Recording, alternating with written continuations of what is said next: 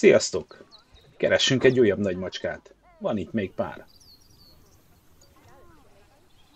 Bár jobb ötletem támadt. Amikor átköltöztettem az óriás vidrákat, megmaradt egy nekik épített kőbarlang, amit ide félreraktam. Ez pont megfelel egy másik dél-amerikai nagymacskának, a vidrák élőhelye mellett. Dél-amerikai ragadozók tartsanak össze. Ebben a videóban a jaguárról lesz szó.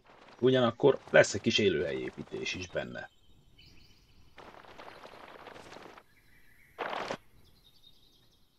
Kezdjük egy kis folyó létrehozásával. Közben beszéljünk a nem is olyan kicsi cicánkról.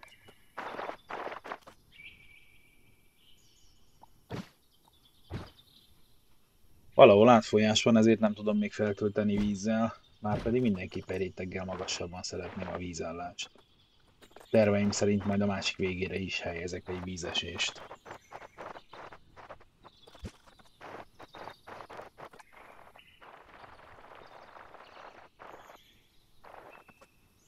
Térjünk vissza a jaguárhoz. Ez az állat Amerika legnagyobb macskafaja, egyben a világon a harmadik legnagyobb macskaféle. Ugyanakkor ez az egyetlen faj a kontinensen a párducformák alcsaládjából. Érdekességképp a párducformák alcsaládjába tartozó macskafélék, a hópárduc kivételével, képesek hüvölteni, míg a macskaformák csak nyávogni tudnak. Na, itt volt a hiba.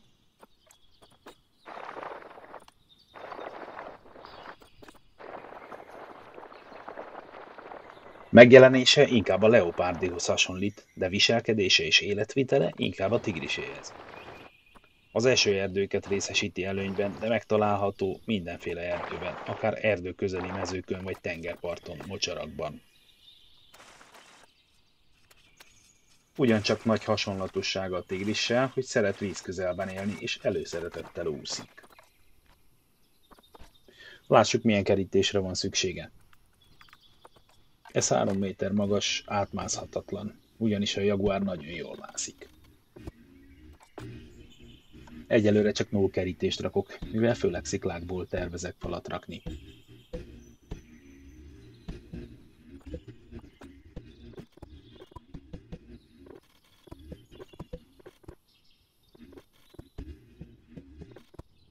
Térjünk vissza a jaguárhoz.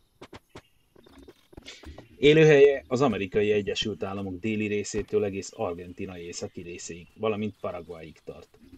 Bár az Egyesült Államokban már nagyon kevés példánya van, csak néhány egyed az Arizona állambeli Tucson város környékén.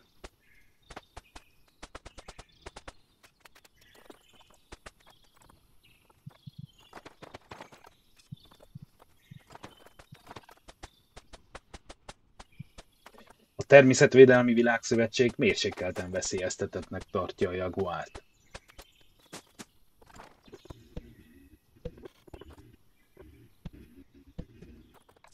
Terveim szerint ezen a részen beláthatást biztosítok a barlangba a látogatók számára.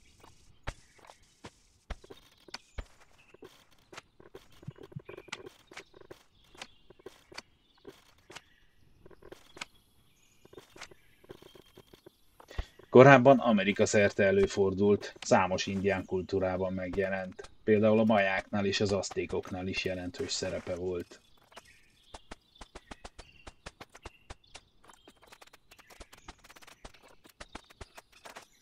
A nevének eredete feltételezhetően egy indián nyelvből ered, a jaguara szóból, ami szörnyet, fenevadat jelent.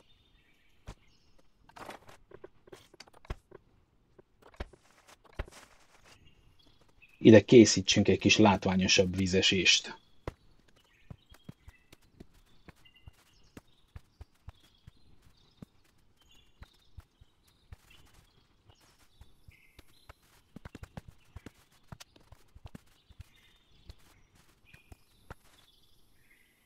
Most jöhet az élőhely fala, sziklákból összerakva.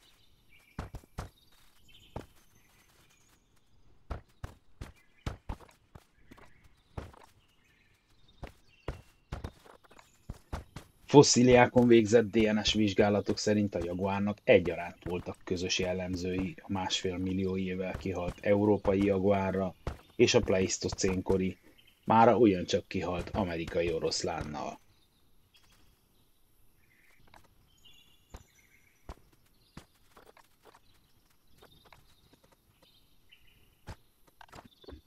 Nincs általánosan elfogadott vélemény arról, hány alfaja van, bár a leginkább elfogadott még mindig az 1939-beli, a brit zoológus Pocock-féle meghatározás, miszerint 9 alfaja van.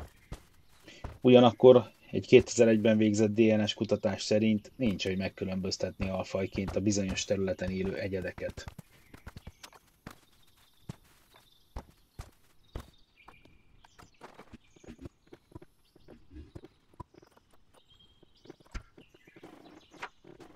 Hozzunk egy párat a jaguárjainkból ide.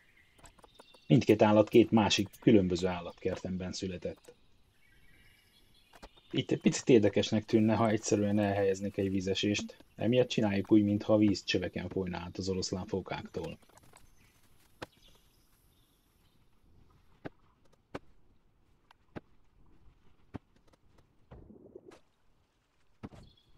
Robusztusabb állat, mint a leopárd, és nagyobb foltok vannak a bundáján.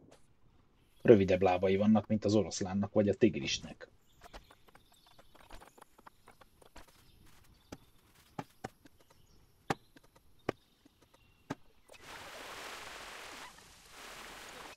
A jaguárt amerikai ragadozónak számítják, amióta a pleisztocén-kor elején feltételezve átlépte a Bering földhidat, amely manapság víz alatt van és Bering szorosnak nevezik.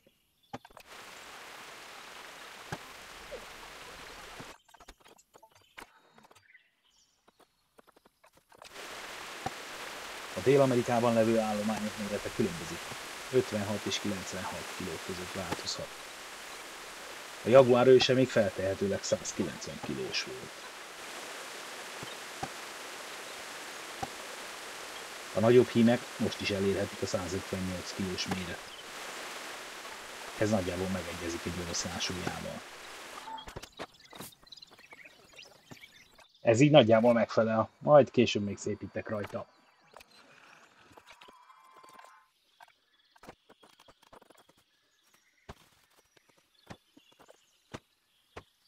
Hosszuk 112-185 cm között van, a farok hosszuk 45-75 cm között. Testéhez képest ennek a nagymacskának van a legkisebb farka.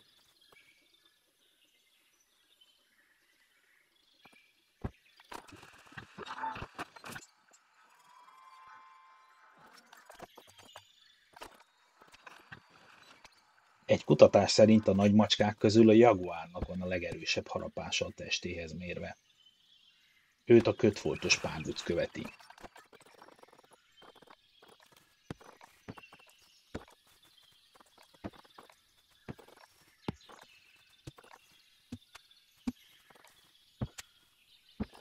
Fel tudja törni a teknősök páncélját, ugyanakkor át tudja harapni az emlősök és a krokodilok koponyáját. A fülön keresztül egyenesen az agyig hatol a foga. Így végezve áldozatával kirázott a hideg. Ez szokatlan a nagymacskáknál.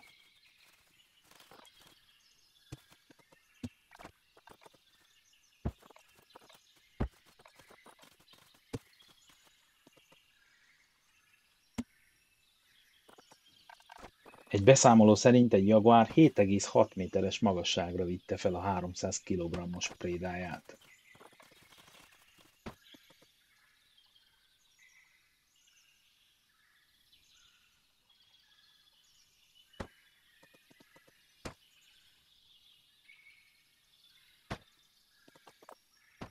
A fajon belül rendszeresen előfordul a melanizmus, és szinte teljesen fekete egyedei vannak, bár közelről ezeken is észrevehetőek a foltok, amik eltérő színárnyalatúak. A populáció 6%-a fekete. Gondolom a szürke akár 50 árnyalata is felfedezhető az ilyen cicában. Ezeket a jaguárokat nevezik fekete párducnak.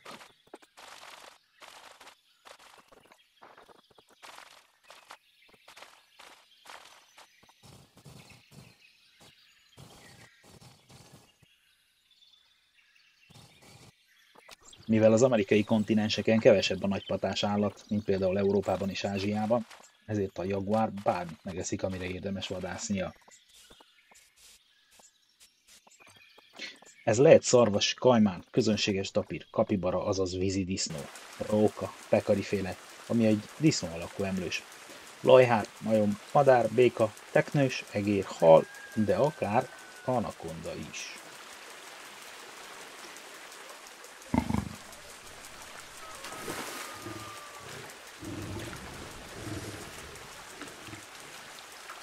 Sőt, újabban észrevették, hogy egy olyan növény gyökerét is rágja, amiből az őslakosok főleg sábánoknak készítenek tudatmódosító főzetet.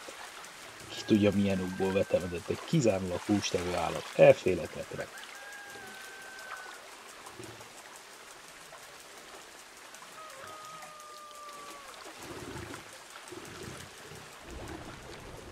A vadonban egy jaguár bőséges táplálék esetén akár 25 kg húst is meg tud enni egyszerre. Utána napokig nem táplálkozik.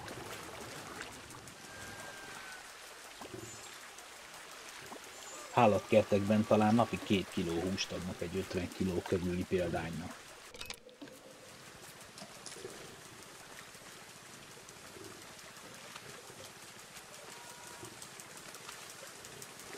Más párducfélékkel ellentétben ritkábban támad emberre, de nem kizárt. Néha egy-egy sérült vagy idős, emberek közelébe merészkedett jaguár esetén megtörténhet az is.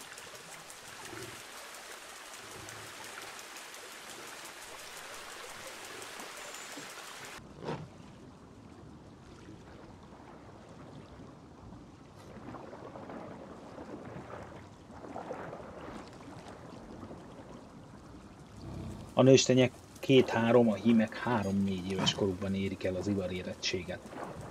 Feltételezések szerint a vadonban bármikor képesek szaporodni, de inkább akkor, amikor bőséges az élelem.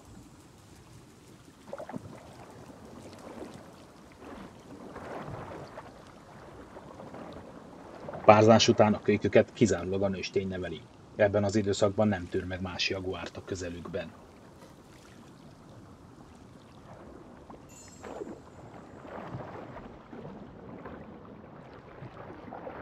A kicsik vakon jönnek a világra, 2 hét után kinyílik a szemük, 3 hónaposan megtörténik az elválasztás, és 6 hónapos koruk előtt már önállóak lesznek.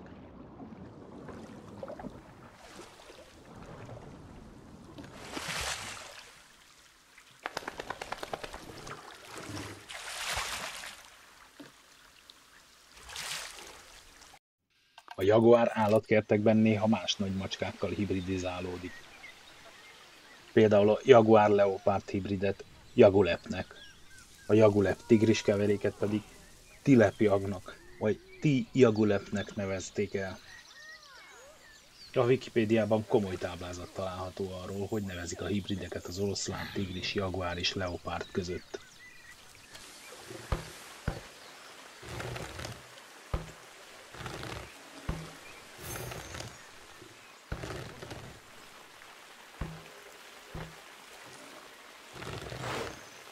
Magyarországon több állatkertben tartanak jaguárokat. Született jaguár a győri állatkertben, ugyanakkor költözött be a szegedi vadasparkba is.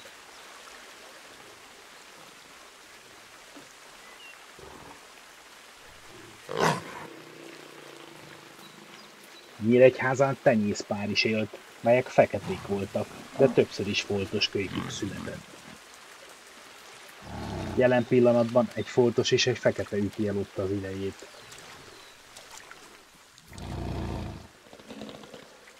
Következzen hát a 2 nyíregyházi jaguár.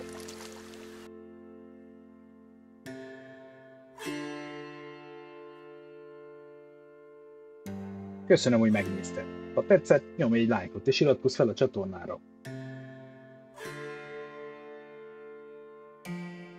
Legyen szép napod!